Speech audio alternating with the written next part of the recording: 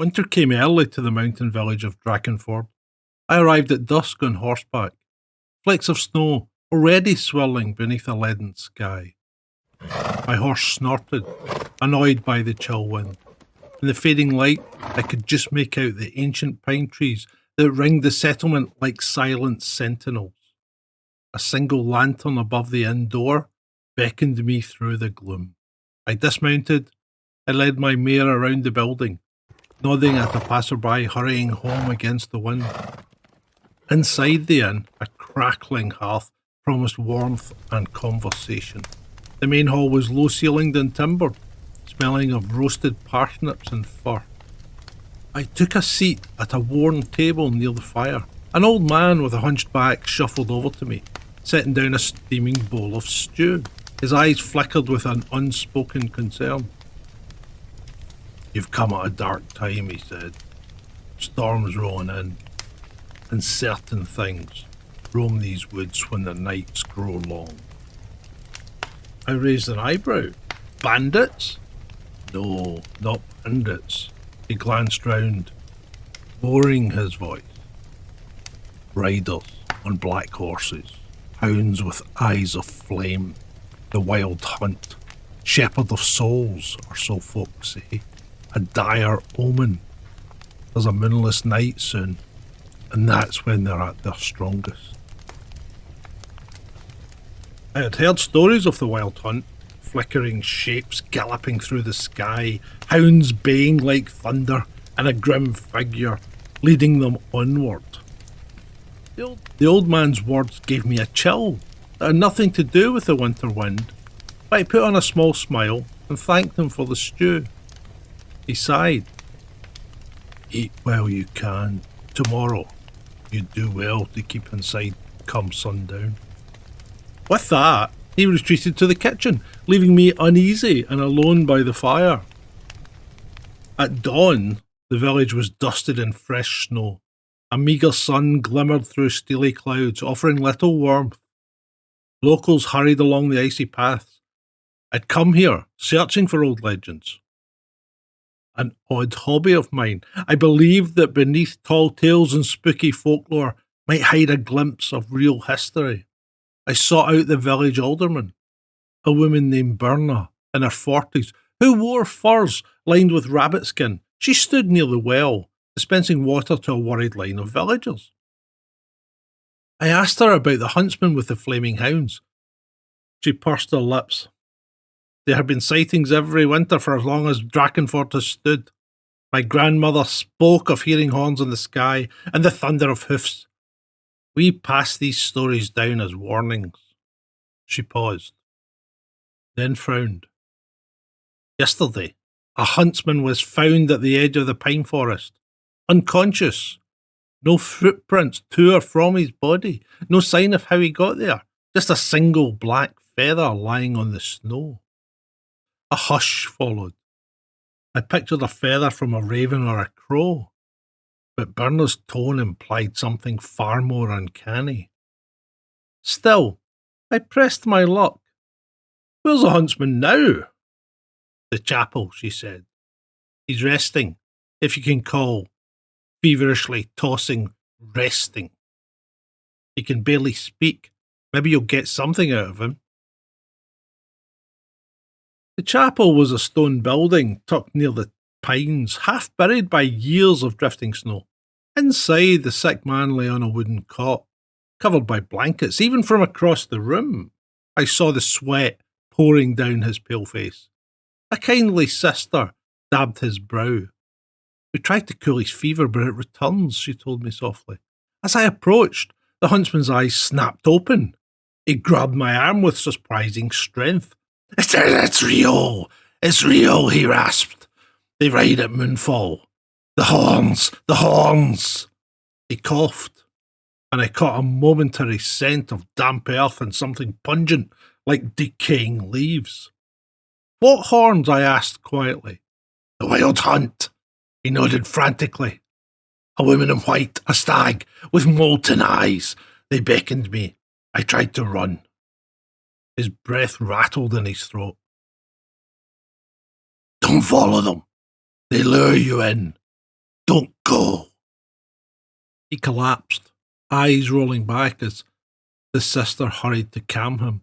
I left with my heart hammering, mind swirling with images of ghostly huntsmen with a stag's head, or a woman draped in pale robes riding through darkened skies. That evening, I found myself pacing in my cramped room at the inn, thoughts a tangle of dread and curiosity. I recalled that in some accounts, the riders of the Wild Hunt were believed to be the souls of the dead, or even fairies or Valkyries, roving under the guidance of a mythological figure like Odin or another spectral king. Villagers called it an omen of war or plague, or worse yet, personal doom to any who saw them.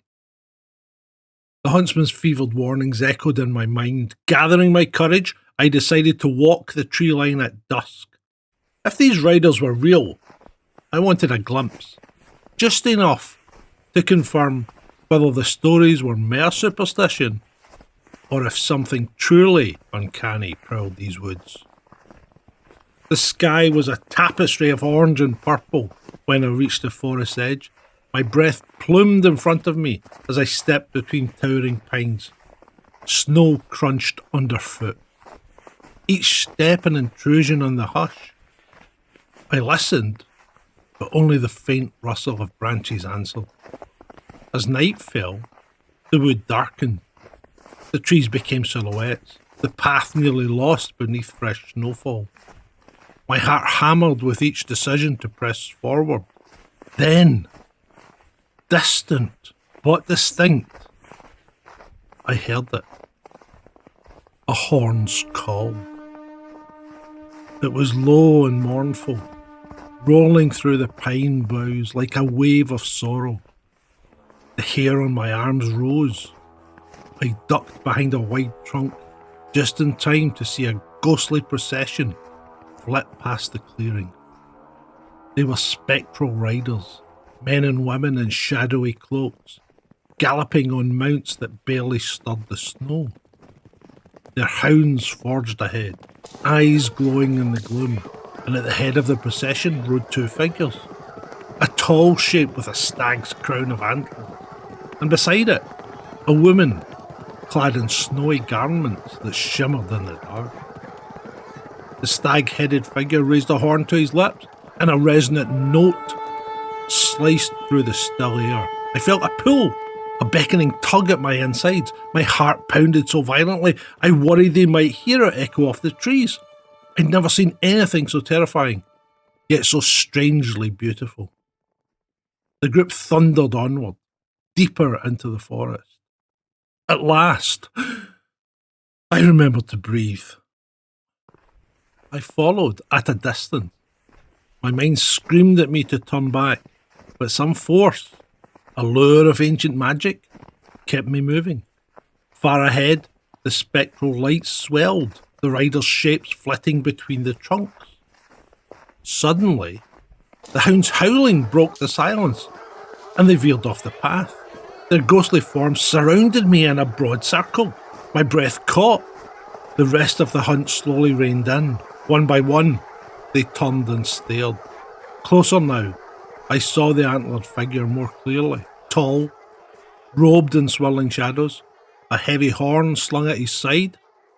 A face, pale as moonlight, regarded me from beneath that massive crown of antlers. The figure's voice, when it spoke, was distant as wind over a frozen lake. Mortal, it intoned. You stray into the path of the hunt. Have you come to stand among us? Or do you challenge us with mortal blade? A faint chuckle spread among the riders. I froze, my voice trembled. I seek knowledge, not a challenge. A wind seemed to swirl the cloaked riders. The woman in white slid from her horse and approached. She was both imperious and ethereal, her eyes all colours at once. Few mortals see us and live, she said softly, but perhaps tonight we parley. Feeling as if my soul might slip from my body, I bowed my head. I only wish to learn your story, Why do you ride in these woods? The antlered king's eyes glowed faintly. We ride, he said, for we are bound to time's turning wheel. We come when cold nights fall and the veil thins. Ours is a duty to gather lost souls and herald the world's unseen shift. My mouth went dry. Perhaps in centuries past, the wild hunt was but a legend to keep the fearful inside. Yet here they stood, living myth. Forgive me if I intrude, I managed. I'll not stand in your way. A hiss of laughter rose among the riders. The antlered figure lifted his horn in half salute. You are bold. That can be admired or punished. The woman in white placed a cold hand on my cheek. My breath locked in my chest. This mortal hunts for truth, she said. We can grant you a glimpse of our realm, but the price will be dear. My heart pounded. What price? To walk for one night amongst us, she replied, carrying the burden of what you witness. After, you may live, changed though you'll be, or you may vanish into the gloom, as so many do. The sense of threat behind her words was unmistakable, yet curiosity had always been my spark. A fatal flaw, perhaps? With trembling lips, I nodded in assent. The hounds parted. The woman helped me mount a spectral steed whose eyes glowed the colour of the distant stars. The riders drew me into their midst, and I can feel an alien energy threading up my spine. My mortal body felt lighter, less certain, and with a jolt I realised we were off, galloping through the ancient forest, trees bent backwards in a blur of black and green. The wind roared, the horns blasted, snow swirled in chaotic flurries, or perhaps we soared above it. We rose over icy hills, the hooves of our mounts drumming on branches instead of earth, as if gravity bent to the hunt's will.